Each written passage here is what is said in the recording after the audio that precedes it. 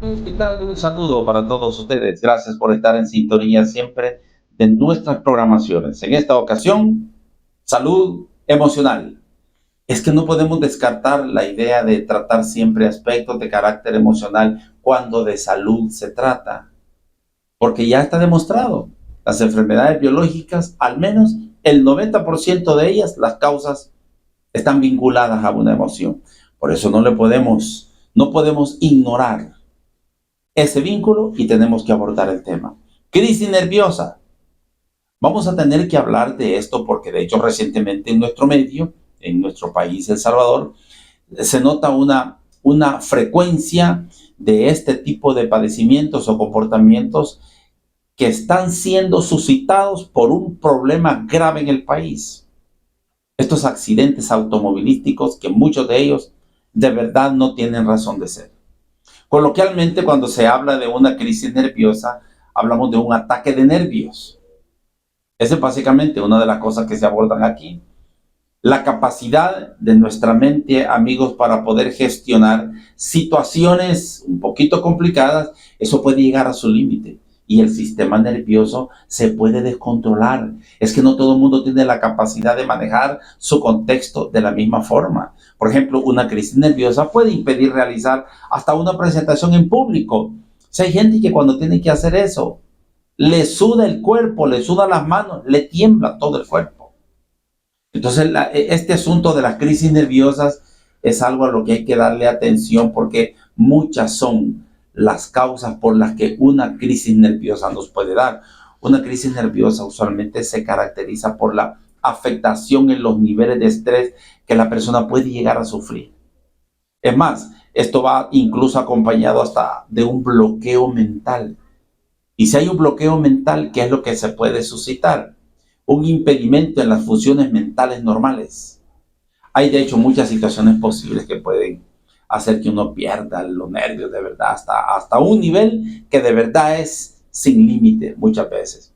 Pero depende de nuestro temperamento, la personalidad que tenemos, la experiencia, la seguridad, la resiliencia, las demandas del entorno, las expectativas de la vida.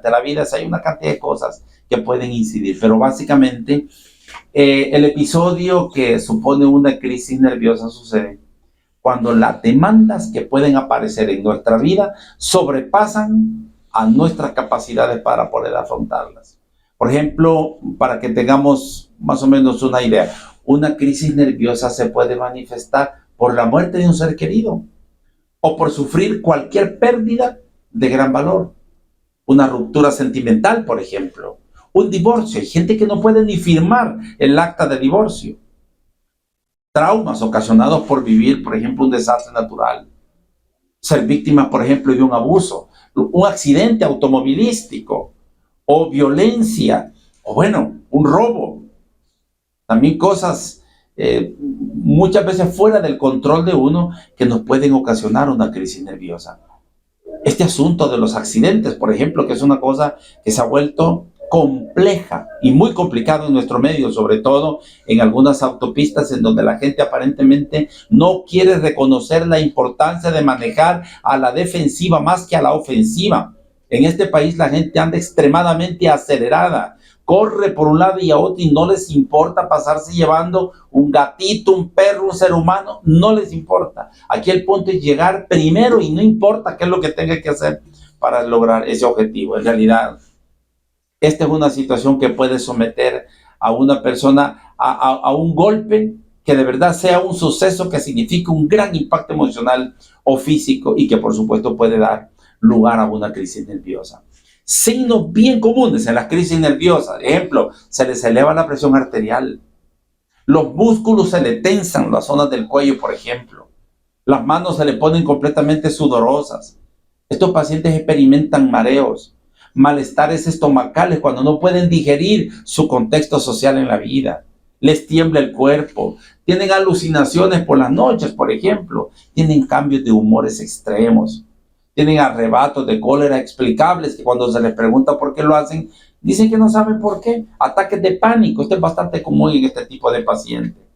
La desesperación en muchos de ellos, los pensamientos de suicidio, tienen sentido de inutilidad. tienen problemas para poder dormir, el hambre, pierden el apetito prácticamente.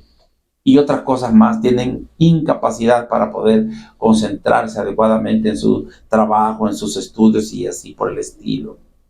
Decepciones grandes en la vida que pueden tener. Entonces, obviamente es necesario que durante toda una crisis nerviosa, estas personas traten de calmarse con algunos recursos como respiración, ejercicios, o observar el movimiento del diafragma, por ejemplo. Eso puede demostrarles a ellos la capacidad que pueden estar teniendo para gestionar adecuadamente esta situación. Así de que sin duda vale la pena que le demos atención a lo de las crisis nerviosas y no ser dominados por ella, porque podríamos cometer también alguna locura en medio de ese contexto en nuestro sistema nervioso. Esto es lo que teníamos para ustedes ahora en Publicidad, en nuestro programa Salud Emocional. Cuídense y hasta la próxima.